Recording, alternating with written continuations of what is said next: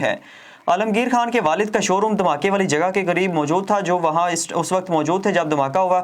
وہ بھی دھماکے میں جو جاں بحق افراد ہیں ان میں شامل ہیں۔ ہمارے نمائندہ بلاول ابڑو اس وقت ہمارے ساتھ ٹیلی فون لائن پر موجود ہیں، ان سے مزید تفصیلات جانتے ہیں۔ جی بلاول، آگاہ کیجیے گا تفصیلات سے۔ جی بالکل، میں آپ کو بتاتا چلوں کہ جو دھماکہ ہوا اس میں فکسڈ کا چیئرمین اور رکن قومی اسمبلی کا جو ہے اس کا والد صاحب، عالمگیر کا والد صاحب بھی اس دھماکے میں جاں بحق ہوا ہے۔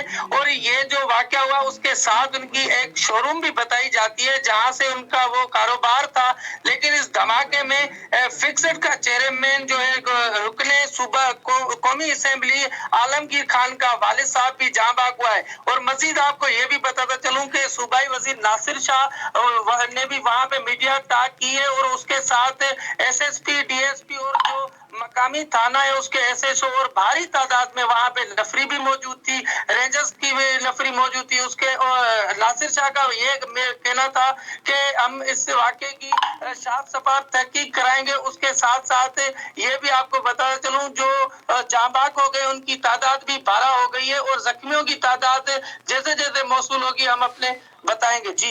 جی بہت شکریہ، آپ نے آگاہ کیا۔ بلاول ابڑو ہمیں آگاہ کر رہے تھے تازہ ترین تفصیلات سے متعلق۔ ابھی تک جو تفصیلات موصول ہو رہی ہیں، 12 افراد جاں بحق ہو چکے ہیں دھماکے میں، جبکہ 15 سے زائد زخمی ہو گئے ہیں۔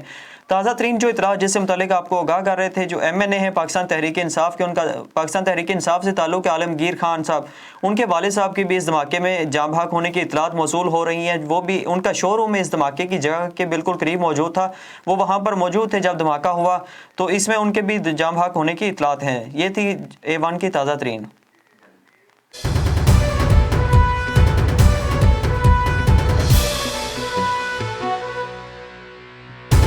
یہ باقاعدہ پارلیمنٹ ہاؤس سے بنا ہے، 295